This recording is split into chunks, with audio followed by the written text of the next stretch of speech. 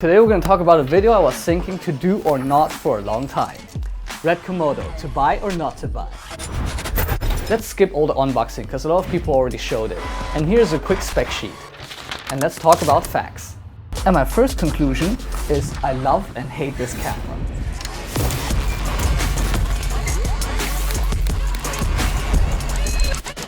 Alright, what I don't like about this camera. A lot of reviews show that, oh, this camera is so small and it's so lightweight and compact. This camera is so small. Shocked at how small this is. Translate perfectly, just having a smaller, lighter camera.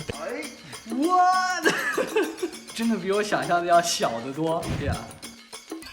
You see the irony? Honestly speaking, with this setup in a real professional environment, you can't properly shoot with it. You need a lot of additional accessories to actually make it work. You need a good cage. In my case, I really like the small rig one. It does solve a lot of issues that I have. And weight-wise, it's also not that much of a difference. It almost makes you wonder if it's actually worth it to purchase only due to its size. As exercise equipment, they are perfect. The slow-mo is basically shit. If you want to get the best slow motion out of it, the only way to set it is to sacrifice the 16:9, go to a 2.35 to 1 aspect ratio and go for 6K 50 frames per second. If you change it to 4K 60 frames per second in 16:9 means it's going to crop in. You will notice that you need way wider lenses if you want to get certain wide shots in slow motion. And I hope that if it's possible for Red just to update the firmware, enable at least something, for example, you can shoot 5K 60 frames per second, but you can only shoot it for maybe like 10 seconds so that the car doesn't overheat or whatsoever. Then unfortunately it doesn't have in-body stabilization, and also its autofocus isn't actually that good. Especially when you design a gimbal shot where you have a lot of contrast changes, the autofocus can't keep up. But this I'm 100% sure the firmware will improve, and hopefully will also improve its autofocus. It cannot record 4 tracks of audio, which sucks. The previous Red models, they all can do that. And if I do an interview, it's perfect because then I have a backup channel. But with the Komodo, you can only select the internal mic or the external mics. You don't really have redundancy. Another thing to note is that the R3D file of the Komodo is very new. For example, if a post-production house takes over your file, they are using an older version of Premiere, it can't really open this file. They have to update their Premiere. And if maybe some of plugins doesn't work, and that would be a huge disaster. And this, as a very responsible and professional cinematographer, I think is very important to know. But of course, this is technological advancement. Those post-production houses also do have to keep up with their workstations. It doesn't have an HDMI port. Most of the people who might consider buying this camera are people who are trying to jump from their DSLR mirrorless cameras into the Red ecosystem. And most of them have external recorders, for example, also monitors like the Atomos Ninja V. It would be useless in this case. It doesn't have SDI in or out. So that means most of these people will have to buy another SDI monitor or that module for the Ninja V, which are additional costs.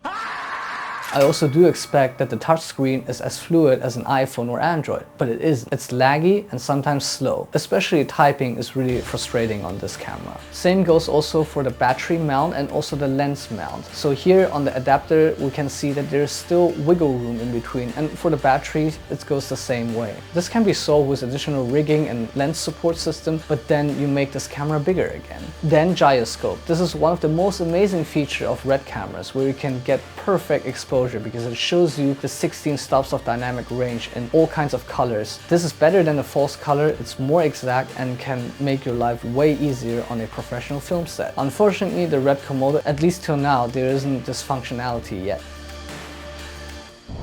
But why did I choose this camera? The lens mount choices are awesome. You can see it's an RF mount and you can adapt a lot of different mounts to this RF. PL lenses can be adapted to it, or EF lenses, and also Leica M mount lenses. Then 6K RAW. It's a super great format that Red has invented, and also is a very amazing insurance on professional film sets. You can use the RAW to change it all back, and this is amazing and can protect your precious shoot. I feel the best setup is using its BP batteries and then only attach a side wing grip and also a phone clamp with its phone. This is probably, I feel, the most compact and easiest way to use it, like a GoPro. And with this setup, you can quickly change between handheld and gimbal, and also use it to get some very interesting, diverse angles. Then the app, way better than also the full control app from before, because now you have additional features. So the Red Komodo has an image transmitter in itself, basically. You can use the phone app to see the live view. Besides that, if you're using such as the Canon Canon ones or the Sigma ones, you can control its focus electronically and wirelessly. Of course, it will have its limits on like professional film sets, but this is really an awesome new modern way of filmmaking, especially suited for like these smaller size social media projects and adverts.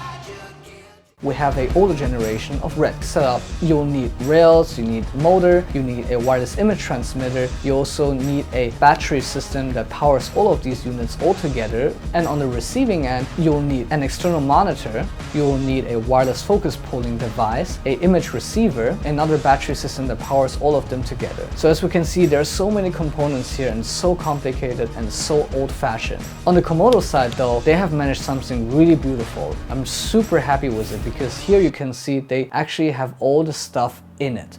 So this has eliminated a lot of really outdated old generation systems. Back to also the price point. To be honest, if you compare it to like other cameras from Red, this is the cheapest one. So if you consider yourself to want to enter the Red ecosystem, this is actually a really good choice. Then Red itself is also a great name in front of the client. For example, especially in China, when you do a lot of high-end shoes TVC commercials, there will be some requirements also from agency sides. You will have to shoot with Arri or Red. So already having a Red camera also makes it very attractive and easy, for example, agencies to hire you or to get better projects or to get jobs at all.